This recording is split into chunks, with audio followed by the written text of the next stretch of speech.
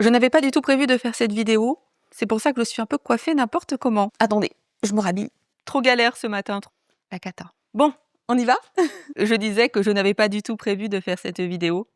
La prochaine vidéo que j'avais prévu de faire, dans ma tête, c'était d'ouvrir ensemble mes nouveaux Levi's Vintage. J'ai décidé, après la vidéo précédente, de reprendre la vente de mes Levi's Vintage. Donc, j'ai acheté plein de Levi's Vintage ce week-end. Et ma banquière, elle va me tuer. Elle va péter un plomb. Je vous préviens les filles tout de même, on ne devient pas riche en vendant des jeans. On ne devient pas riche en vendant des produits, généralement. Les personnes qui deviennent riches, ce sont les personnes qui inventent le système. La personne qui a créé Vinted, elle est riche. La personne qui a créé Vestiaire Collective, elle est riche. La personne qui a créé Le Bon Coin, elle est riche. Mais c'est pour se remettre dans le bain de la vente. Et puis, j'adore, en fait, ce n'est pas une corvée parce que j'adore vendre ces jeans. Ce sont les meilleurs jeans du monde. Je pense que personne dira le contraire. Ils sont exceptionnels, la qualité est exceptionnelle.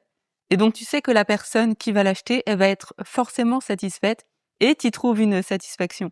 Donc, je me remets dans le bain de la vente avec le premier produit que j'ai vendu et que j'avais très bien vendu d'ailleurs. Et puis, j'aimerais bien l'associer avec l'intelligence artificielle.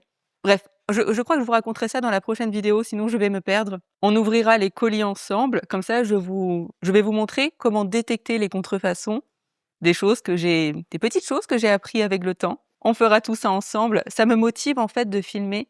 Ça me donne un horizon et c'est vrai que je me sens un peu moins seule aussi. Dans la prochaine vidéo, on ouvrira les colis ensemble et je vous expliquerai comment j'aimerais m'en servir pour vendre également mes formations d'intelligence artificielle. Bref, on en reparle la semaine prochaine. Mais tout de même, ce n'était pas prévu, mais j'aimerais bien vous lire un article que j'ai écrit le 10 mars 2025. Donc, il y a plus d'un an, parce que j'ai l'impression qu'il y a des personnes aujourd'hui qui sont en train de découvrir que la Terre est ronde avec l'histoire d'Anthropique.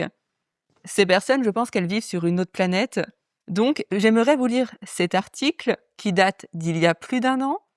Et si après ça, vous ne me faites pas confiance, je ne peux plus rien faire pour vous. On a dit que l'on faisait les choses dans l'ordre. Donc, nous allons lire cet article. Ensuite, on ouvrira les jeans. Il faudra les laver aussi. Ensuite, on les mettra en vente. Ensuite, on va se faire de l'argent. Et après, on construira nos usines de robots, d'intelligence artificielle. Et ça va être trop bien. Pas de panique les filles, on l'a dit, si le Rassemblement national passe en 2027, je ne vous abandonnerai pas, on ira construire nos usines juste à la frontière de la France. Je vous embaucherai, vous pourrez faire votre essence moins chère en Espagne. On ne part pas trop loin pour pouvoir revenir en France, reconstruire des usines. Quand tout ça, ça sera fini, on pourra revenir. Nous ne sommes pas des hommes, on ne prend pas nos décisions que par rapport à l'argent. On ne sera pas malheureuse dans nos usines, les filles. Je vous promets qu'on ne sera pas malheureuse. Ça sera très girly. Et j'ai déjà travaillé à l'usine Donna à Guingamp. Et durant mes emplois saisonniers, vraiment, c'est catastrophique. C'est tellement déprimant. Tu rentres là-dedans, tu as envie de te tirer une balle. Je vous promets, les filles, que nos usines, à nous, elles ne seront pas comme ça, elles seront colorées. Je vous jure, tout est blanc et bleu. Tu te croirais dans un hôpital. Je vous promets que l'on fera des murs en rose. Ça vous coûte si cher de mettre un peu de couleur dans nos vies. Évidemment, je ne l'ai pas précisé, mais c'est évident. Évidemment que l'on créera une crèche dans l'usine. Comme ça, vous n'aurez pas à faire des allers-retours pour aller chercher les enfants. Ils seront sur place. On trouvera également, forcément, en fait, notre usine, ça sera un petit centre commercial. On trouvera notre laverie coiffeur, mais il y aura évidemment une coiffeuse. Il y aura les robots pour couper les pointes, pour couper les cheveux, et il y aura une coiffeuse pour faire les mèches. Et je ne me foutrai pas de votre gueule, les filles. Je prendrai la meilleure coiffeuse. Parce que je sais que c'est important qu'on aime bien avoir des jolies mèches. Je prendrai pas la coiffeuse qui n'arrive pas à faire ses mèches, on la connaît. Non, non, pas celle-là, on prendra la meilleure coiffeuse. Comme ça, vous pourrez faire vos mèches sur votre lieu de travail à un prix très très réduit avec la meilleure coiffeuse. Vous pouvez me faire confiance, les filles. Sur ce point-là, vous pouvez me faire confiance. On fera même un petit studio. Vous savez, à côté de l'usine, on fera un petit studio au cas où il y en ait, qu'il y ait une d'entre vous ou une de vos cousines, une de vos tantes, votre mère, qu'importe, une de vos copines qui est victime de violences conjugales. Il y aura un petit studio où elle pourra venir se loger le temps de trouver un autre logement. Notre usine, ça sera notre safe place. Est-ce qu'on dit interdit aux garçons? Non, on dit pas interdit aux garçons. On dit si tu frappes ta femme, t'es viré. Bon, je vais vous lire cet article qui fut écrit, donc comme je l'ai dit, en mars 2025. Il y a donc eu quelques changements depuis. Notamment, je ne parle pas de Claude. Je ne connaissais pas Claude au moment où j'ai écrit cet article. Je tiens à le préciser, il y a des choses qui ont évolué depuis. De plus, c'est un blog, c'est mon blog. Ce sont donc des pensées personnelles. C'est un blog où j'écris des articles que personne ne lit, mais ça me permet de travailler, d'affiner ma pensée. Ça me permet également de garder des traces.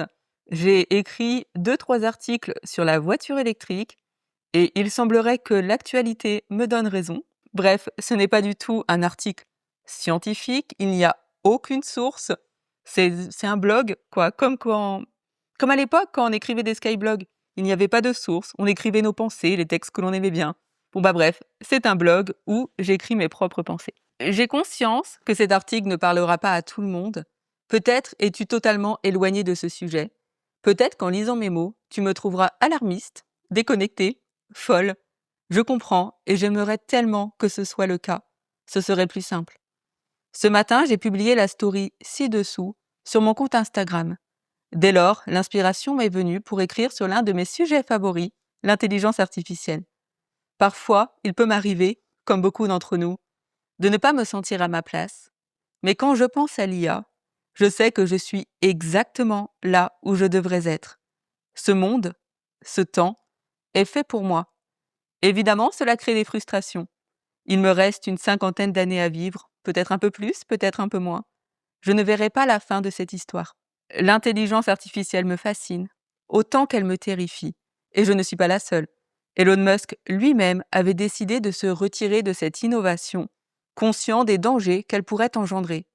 Elon Musk, l'homme qui n'a pas peur d'aller sur Mars, a peur de l'intelligence artificielle. Il y a de quoi interpeller. Mais on n'arrête pas le progrès, alors nous devons nous adapter. Nous vivons un basculement qui ne sera pas réversible. Comme je l'écrivais dans ma story Instagram, tout se déroule exactement comme prévu.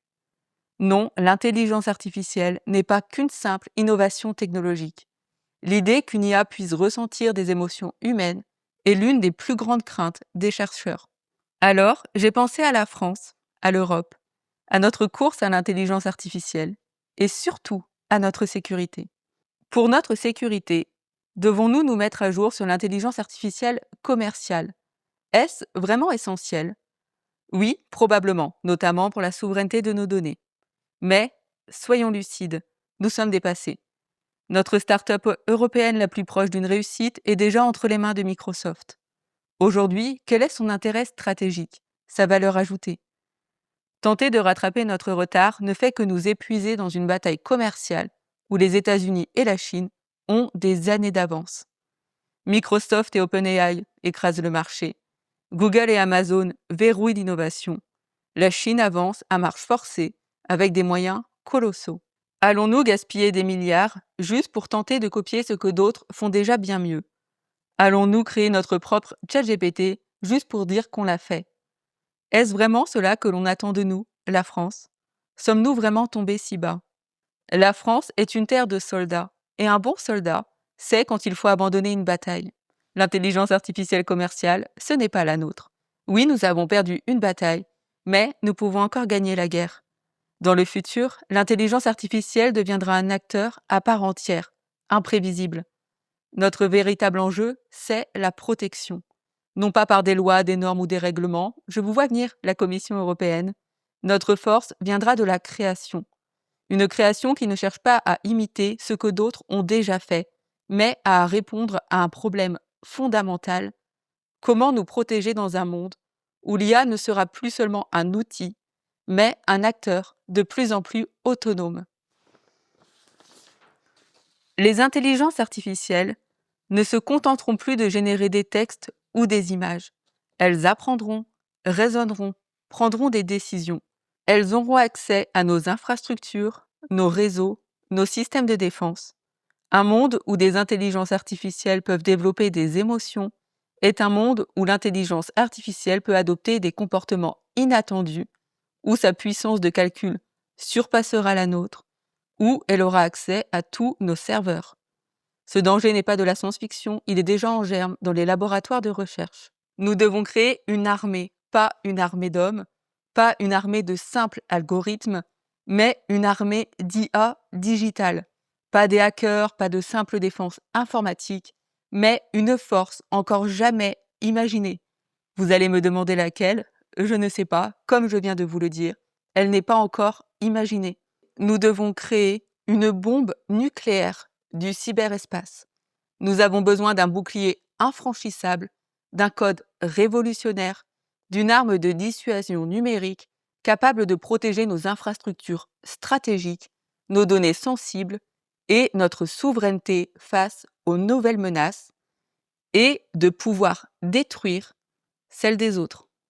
Dans le futur, les États ne se battront plus pour des terres, mais pour des codes. La France, si elle se positionne dès maintenant, pourrait devenir la gardienne de cette nouvelle frontière numérique. Les nations viendront acheter notre protection, solliciter notre expertise, dépendre de notre savoir-faire. Un savoir-faire que nous pourrons monnayer à un prix bien plus élevé que n'importe quel abonnement à ChatGPT. Le virus rapporte de l'argent, mais combien rapporte l'antivirus? Et si, plutôt que de courir après la Chine et les États-Unis, nous tracions notre propre voie?